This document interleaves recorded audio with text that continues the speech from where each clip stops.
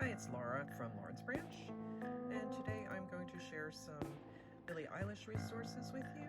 Right now I'm scrolling through Press Reader, and I will snip some of these articles and read some things aloud to you, as well as utilize some other library resources.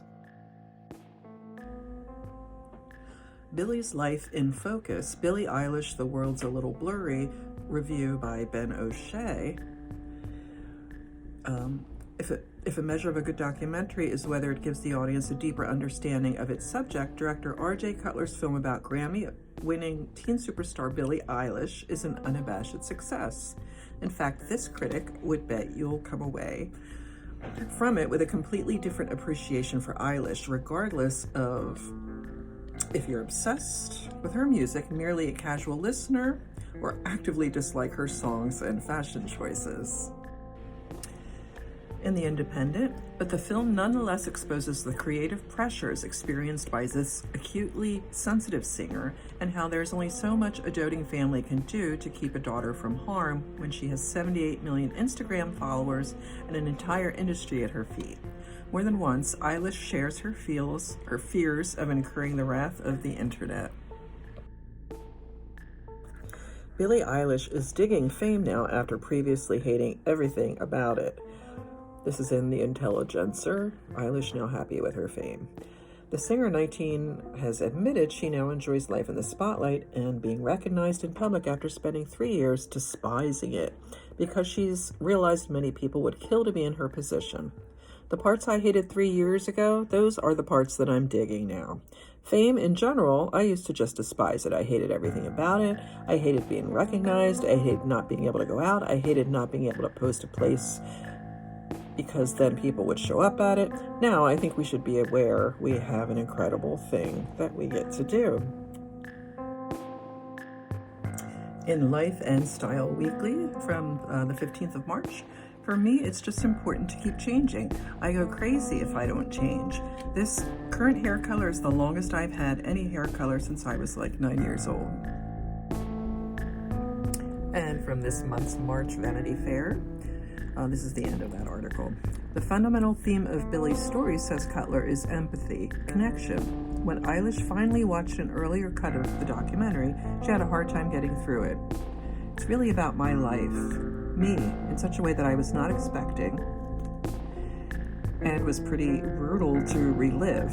But that experience has been ultimately rewarding, and it gave her something equally unexpected. I was going through hell in certain parts of my life, and I had no idea anyone was seeing it, she says.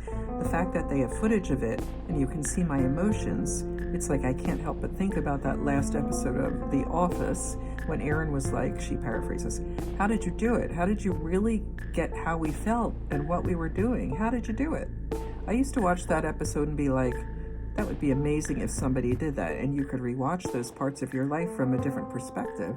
And I did it.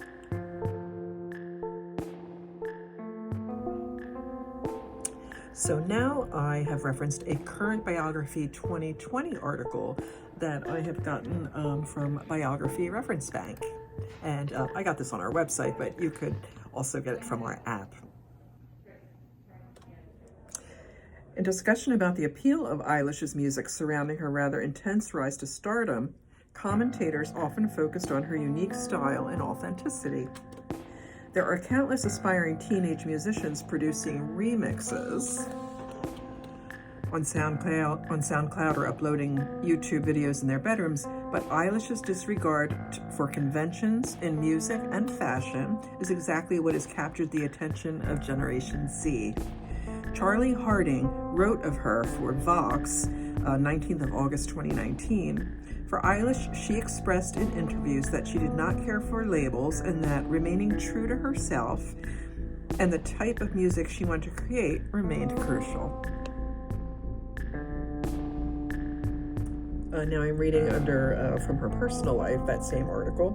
In interviews, Eilish has been open about her struggles with mental illness, particularly depression and body dysmorphia, from around the age of 13, after a serious dance injury kept her from dancing. She has also mentioned how she was diagnosed with both Tourette syndrome, a neurological disorder that involves involuntary movements and vocalizations, and also with synesthesia, a condition in which sensory perceptions are mingled. For Eilish, the latter means that she perceives people, places, and things by colors, numbers, and shapes.